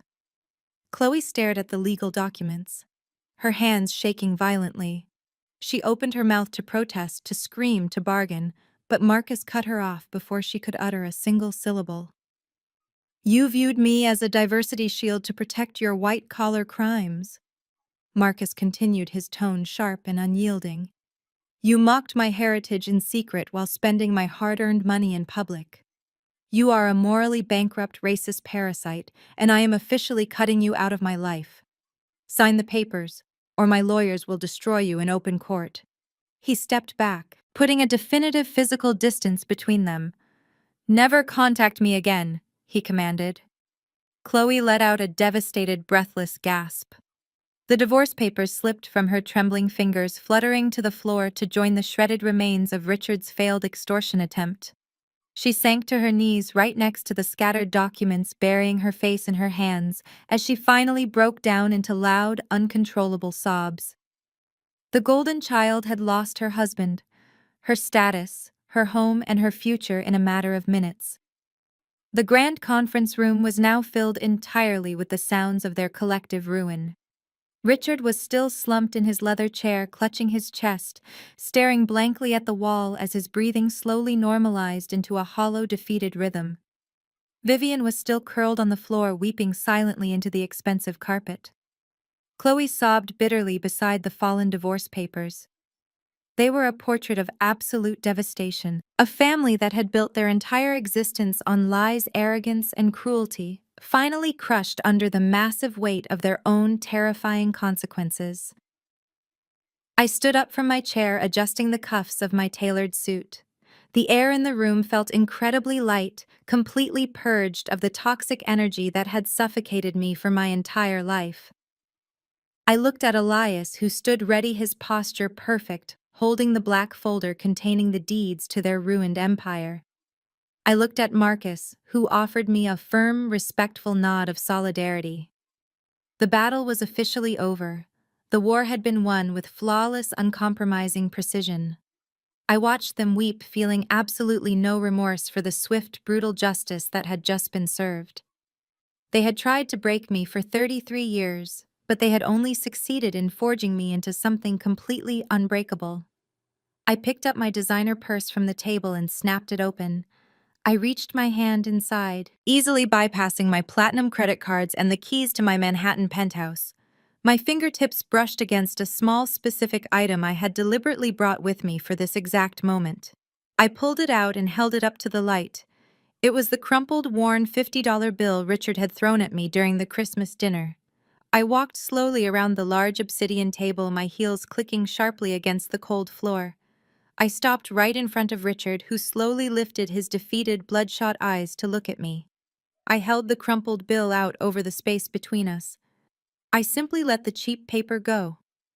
The $50 bill fluttered down, landing gently on the polished stone directly in front of his face.